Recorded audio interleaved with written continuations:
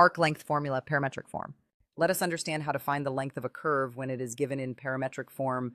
In parametric equations, both x and y are written in terms of another variable, usually called t.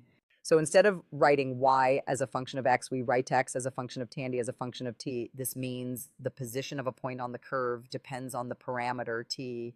Step one, small piece of the curve. Imagine taking a very tiny piece of the curve. That small piece of length depends on how much x changes and how much y changes. To combine these two changes, we use the idea from the Pythagorean theorem. The tiny length depends on the square of the change in x plus the square of the change in y. Then we take the square root of that sum. This gives us the tiny arc length. Step two, express in terms of t. Since x and y depend on t, we express their changes using derivatives.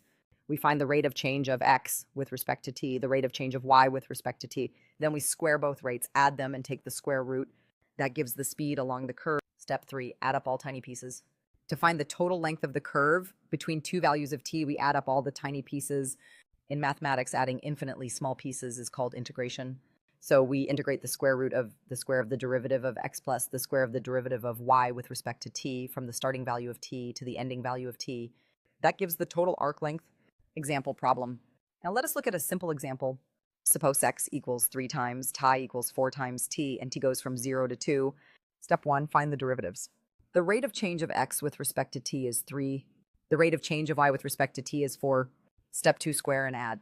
3 squared is 9. 4 squared is 16. 9 plus 16 equals 25. Now take the square root of 25.